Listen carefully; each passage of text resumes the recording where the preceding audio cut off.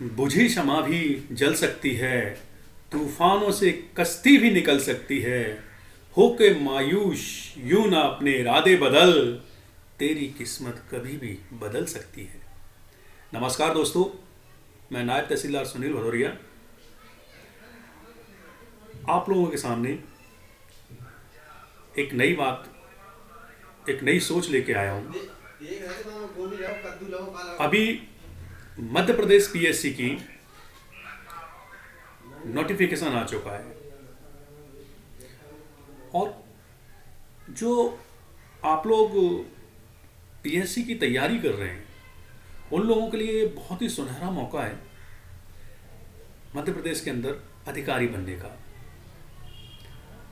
आप लोग मेहनत करके अपनी आशाओं को और तीव्र करके आप लोग एमपीपीएससी में सिलेक्ट हो सकते हैं।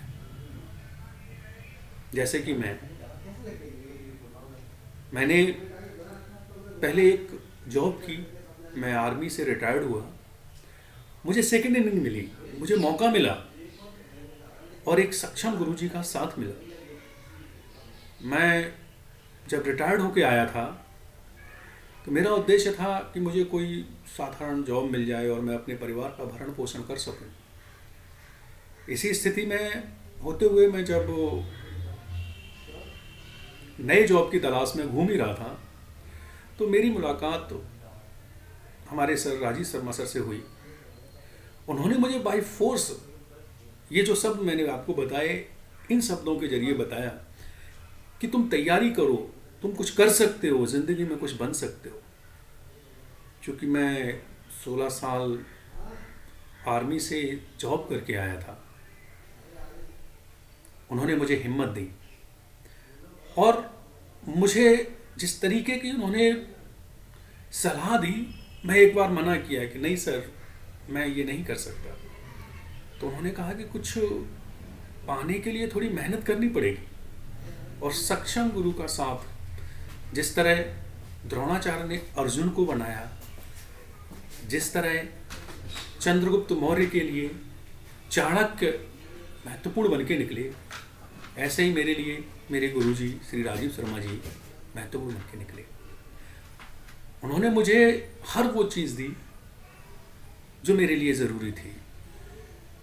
मेहनत ज़रूर मैंने की, लेकिन उस मेहनत में उन्होंने पूरा सहयोग दिया, मेरा साथ दिया और मैं अपनी लाइफ की ये दूसरी इनिंग, जिसे मैं सेकंड इनिंग बोलूँगा, एक अच्छे और सम्मानजनक पद पे रह के शुरू कर चुका और आज मैं मध्य प्रदेश में नायब तहसीलदार के पद पर पदस्थ हूँ। मैं चाहता हूँ कि जिस तरह श्री राजीव शर्मा जी ने मुझे आगे बढ़ने के लिए प्रेरित किया और मैं एक जॉब को पूरा करके आज मैं मध्य प्रदेश में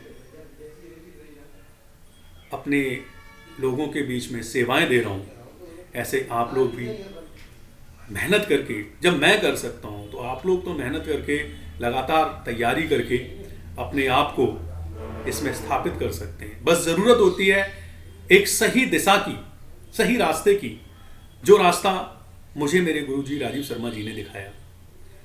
आप लोग भी इस चीज़ को समझें और अपनी मेहनत को बरकरार रखें।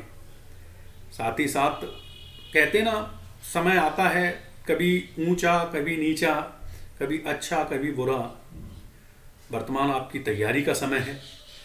सब चीज़ें छोड़ के माइंड से क्या होगा क्या नहीं होगा, होगा कि नहीं होगा, नहीं। मुझे ये बात आज भी याद है, जब सर मुझसे बोलते थे, मैं बोलता था कि सर मैं नहीं कर सकता, मैं बिल्कुल ही किसी भी रूप में नहीं हो सकता। क्यों? क्योंकि मेरे को इतना नॉलेज नहीं है और वैकेंसी कम है सर, पता नहीं मेरा होगा कि नहीं होगा, और फिर ये बहुत बड़ा एग्ज़ाम है। तो सर ने मुझे एक ही चीज़ बोली, you are focused one vacancy. तुमको एक वैकेंसी चाहिए, तुम्हें सिर्फ एक पोस्ट चाहिए, आप उस पोस्ट की तैयारी करो, एक पोस्ट की।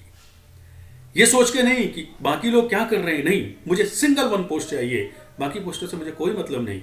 मैं तैयारी किया और मुझे एक सम्मानजनक पोस्ट मिली।